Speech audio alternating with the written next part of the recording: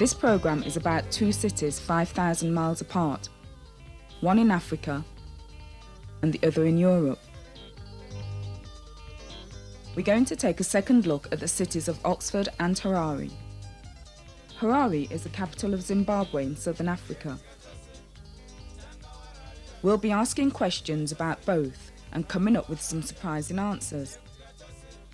Later in the programme, we'll be comparing the homes we live in, what we do in our spare time, and how we travel around.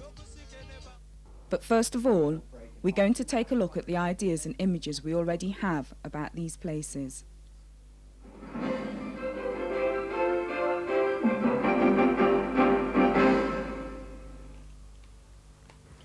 Our ideas of other countries and how their people live are often shaped by TV and newspaper stories. But are the images these stories show us correct? Let's take a second look.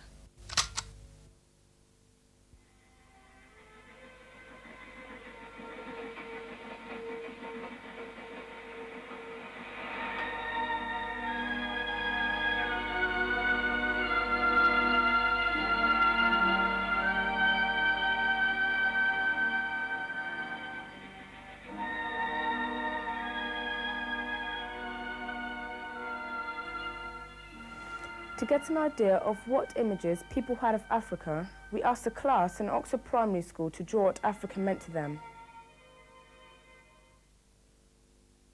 It is hot in Africa, and the camels having a drink from the water hole.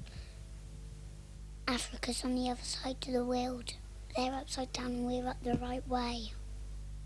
There was a poisonous snake in the jungle and a man, and he had a house and it was made of straw and wood. These people in Africa have a very hot country. They don't wear woolly clothes and they don't wear shoes. I don't know what Africa looks like, but I know the football colours. People are dying because they ain't got no food and they need the rain to help them. Nobody cares about Africa because it doesn't come on the news anymore.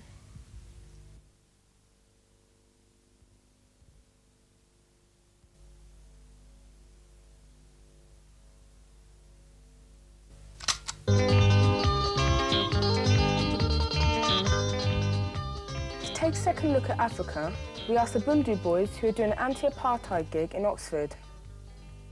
They're born and brought up in Harare. We caught them in their dressing room just before the gig and asked them about their hometown. Harare is quite a clean, nice city, I would say. It's just the same as you are in Oxford or you're in London. We've got telephones, traffic lights, hotels, good nightclubs. Well, as a capital city, you expect to see everyone wearing fashion, people walking around window shopping at night or in the afternoon. There are lots of different people, white, black, Asians, Japanese, everyone. Everyone is there in Harare. So it's a place where everyone comes and is welcome. Harare is the capital city of Zimbabwe. Its name means don't stop, and it certainly doesn't. Harare has a university and parliament and is the major business center of Zimbabwe. Among the city's many tourist attractions are the National Museum of Art and the market in the township of Umbari. This dining room is the oldest Chinese restaurant in Africa.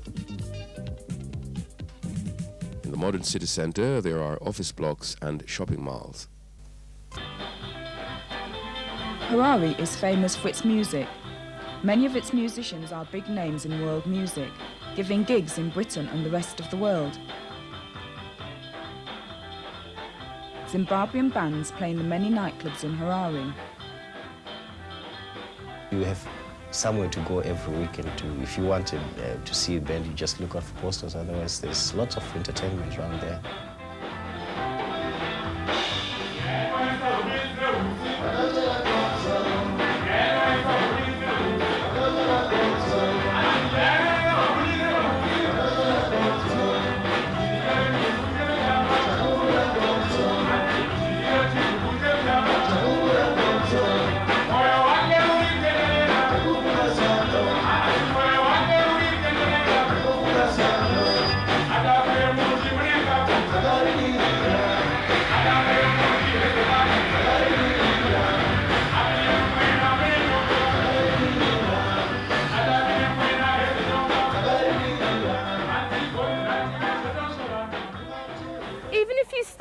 town by itself, depending on who you talk to, you can come up with a very different picture of the place.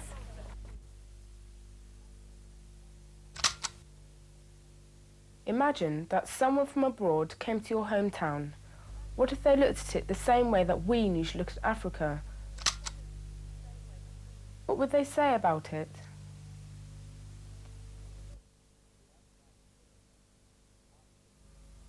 To the outside observer, Oxford seems like a pretty run-down city. Houses are boarded up and empty, while people have to live on the streets. It's not surprising that many of the inhabitants take to the bottle. As the billboards show, drinking liquor is the major pastime in Oxford. The friendly greeting of the locals does nothing to change this impression.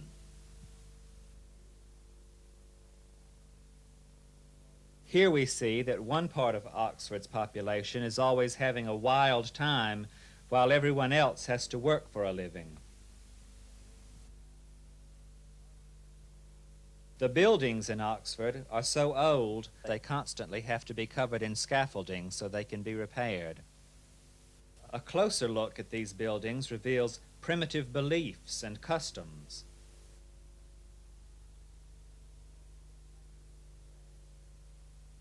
These are still practiced today, as this man's traditional tribal costume shows. With Oxford so stuck in the Dark Ages, it's not surprising people get so depressed. When things get really bad, local people sometimes riot.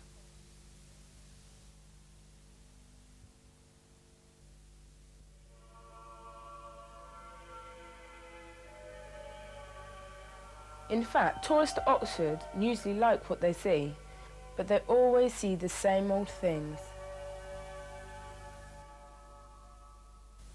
So tourists only see beautiful buildings and ugly statues.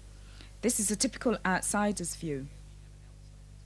As we'll find out, there's a lot more to Oxford than this. You can make some big mistakes if you don't take a second look. For one thing, to really understand a place, you need to know about its past. Let's take a second look at Harare. The history of Zimbabwe is very lively. For a long time, white people ruled here, despite the fact that the vast majority of people are black. At the time the Bundu boys were born, Zimbabwe was called Rhodesia and was ruled by the British. When the British left, the black majority was still shut out of power and had to force change from the white rulers through armed struggle. Traditional African music backed up the fight for freedom. Eventually, the whites had to give in, and for the first time in 1980, elections were held in which everyone, black and white, could take part. Black-run government was voted in, and African culture came into the open. Zimbabwean independence had begun, and the capital city Salisbury was given the new African name of Harare.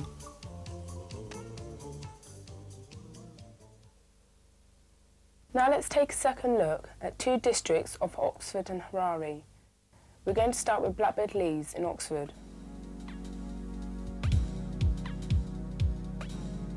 Blackbird Leys is 5 miles east of Oxford city centre. About 10,000 people live there.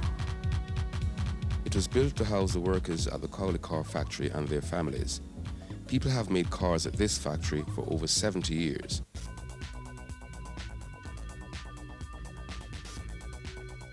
In 1988, the car plant was sold to a private company, British Aerospace. This company then started to close down most of the plant. Thousands of people have lost their jobs, and the people still working there aren't sure how much longer they'll be safe from the dole queue. Local people were angry that nobody consulted them about the closure. Today, residents on Blackbird Leys have been trying to get on with their lives. In 1991, Blackbird Leys became known across the world through news reports of riots on the estate. Residents of Blackbird Leeds complained about media coverage, which they think was one-sided and untruthful. Imagine if where you live was called the jungle by people from outside.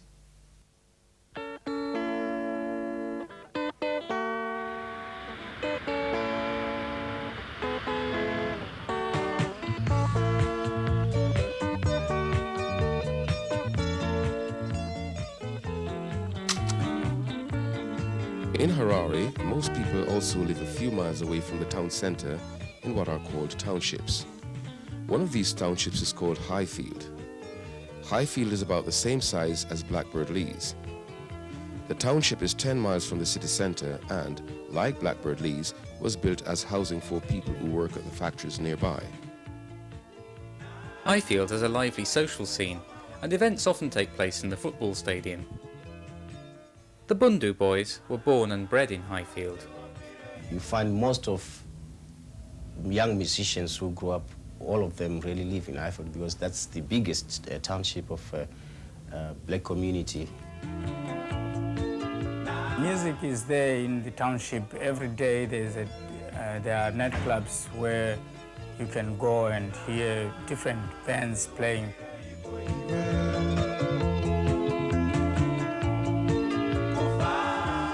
But people in Highfield, like in Blackbird Leeds, also face economic problems. The Zimbabwean government has borrowed money to develop the country. Now, the Western banks they borrow from are forcing them to pay back the debt.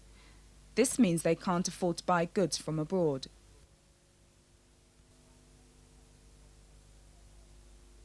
We are shaking Rice what problems there were for the music scene in Highfield. I, as a Bundu boy, had grown in a Highfield, went to school in Highfield. As a musician, I had to struggle to get a guitar. I had to struggle to get a string for my guitar. The upcoming musicians are still coming into the same struggle as we went through.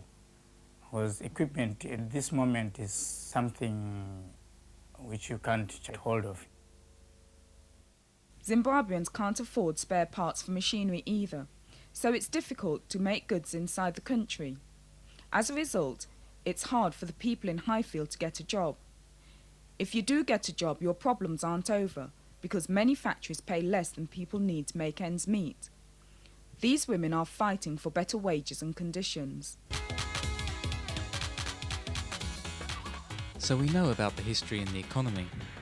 But what's it really like to live in Highfield or Blackbird Leys? What sort of house would you have? In Blackbird Leys, a lot of people live in houses like mine.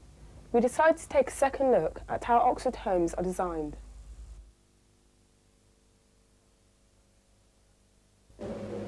The snow, which began falling around 6 a.m., seems to have caught the local authorities unawares. By the morning rush... In Britain, people talk about the weather all the time, yet when cold weather strikes, they're never really ready for it. During this cold spell in Britain, we found that none of these Oxford homes were properly insulated. The snow on these roofs has melted because of the heat loss from the houses. When heat is wasted like this, houses become more expensive to keep warm. Old people are at great risk because they can't afford to heat their homes properly.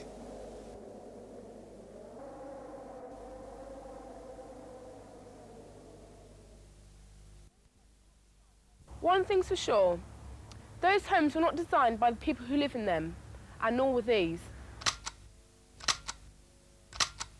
Maybe if the people who live here had a say, things would be different. But houses and flats are not the only places where people live.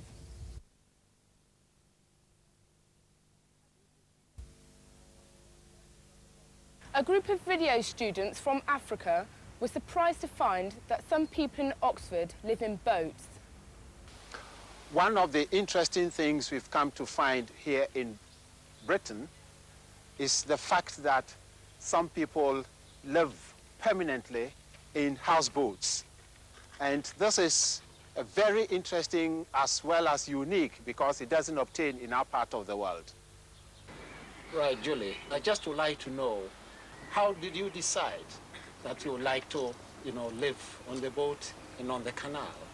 I think the main reason is that in Oxford there's a very, very acute shortage of housing. Housing is very expensive, the cost of living is very expensive.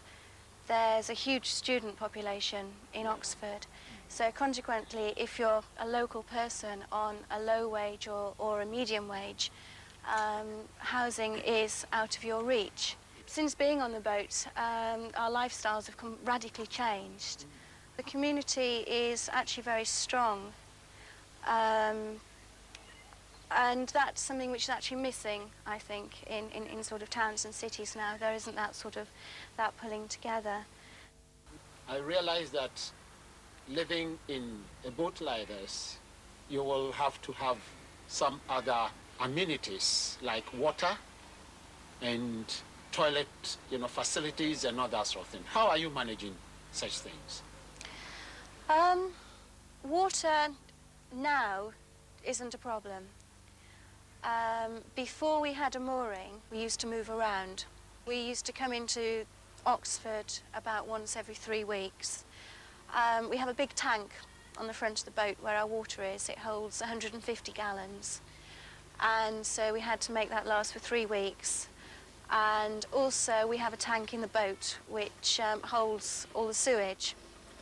So we would come down to Oxford, fill it with water and get our toilet emptied as well. Do you swim? Yes. And you think it's an attribute? It's a very essential ingredient on living on the boat, yeah? So Julie has solved her housing problem in an unusual way. To people who don't know about them, houseboats may seem cramped or even dangerous. Yet, houseboat owners tell you of many advantages.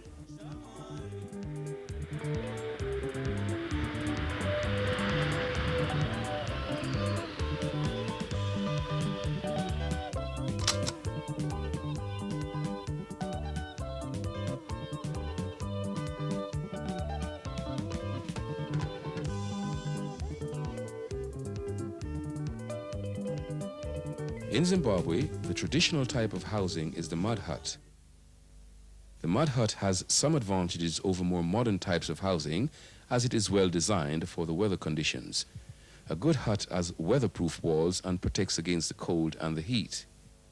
However, many people in the townships prefer houses with corrugated iron roofs because they have a more modern look. Why is that? These houses are more expensive to build, and their iron roofs make it hot in the summer and cold in the winter. And incredibly noisy when it rains.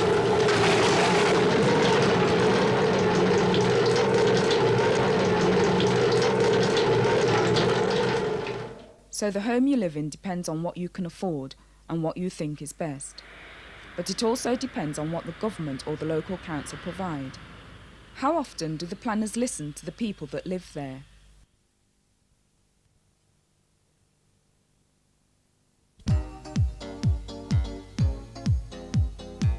The leisure centre at Blackbird Leys was built by the local council.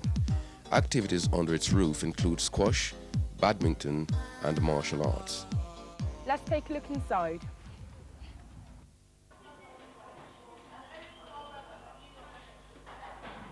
I asked some of my friends what they thought about the place. What I like about Leisure Centre is that I can meet my friends here. I like to come here and play football. It's a good place to meet up with your friends because there ain't nowhere else you can in Blackbird Leys, really. I thought there should be a swimming pool here. I thought there would be, actually. There isn't a lot for the younger people that come here. There should be more things for about 6 to 8 year olds here. There's a Taller Ox thing over there, so if you think there should be more things over here, you just write a letter and you just put it in a box over there. And after about a week or 2 weeks, they'll put up there the name of the person who wrote into Taller Ox, and they'll write what they're going to do. They'll write the reply of your letter that you sent in. The next big planning decision in Blackbird Leys is the building of a new football stadium for Oxford United. Some local people object to it because of the noise and the extra traffic it will bring. It seems that a majority of people in the estate are in favour of it because it will create jobs, and football is popular in this area. There's also the possibility that it will be a proper venue for rock concerts and other live music, something which doesn't exist at all in Oxford at the moment. The plan is to build it on some waste ground on the edge of the estate. Right near where we live. I asked my friends whether they liked the idea. Everything's all right, but it's just football. The petition come round to sign whether people wanted it or not. That's only when I first found out about it. I never heard nothing about a football stadium. Like, they said that they gave out leaflets, but nothing went through my door. You have to travel to London and Birmingham to hear live music, so it'd be good to have a place to hear live bands in Oxford.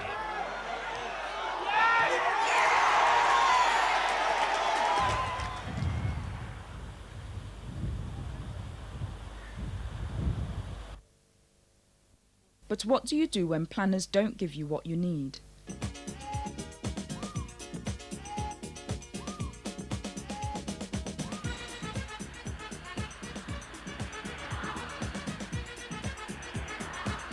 A crucial question for any community on the edge of a city is how to get into the city centre. Blackbird Leeds is well served by buses that run until midnight and taxis if you stop out late. And for the time being, we still make cars in Oxford. But imagine if hardly anybody owned a car where you live. Transport is a very big problem in our country, in Zimbabwe, because we can't make cars of our own. We don't have the right equipment to make our own cars. With very few people owning cars, the buses become even more important. However, spare parts for buses are in such short supply that accidents often happen. The axle of this bus was held together with wire. In Highfield, the bus service from the city centre stops in the early evening, stranding people who have gone out for an evening in town. So local people came up with their own solution to the problem.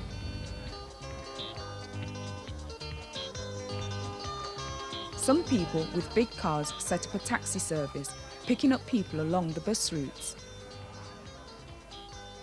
At first, the government banned them and called them pirate taxis, but later when they saw how useful they were, they took a second look. The government decided to call these cars emergency taxis, or ETs. They were supposed to be a short-term measure until the government could buy more minibuses, but now many people cannot imagine life without them. When it came to planning on the use of resources, people in Harare found that a local solution was best.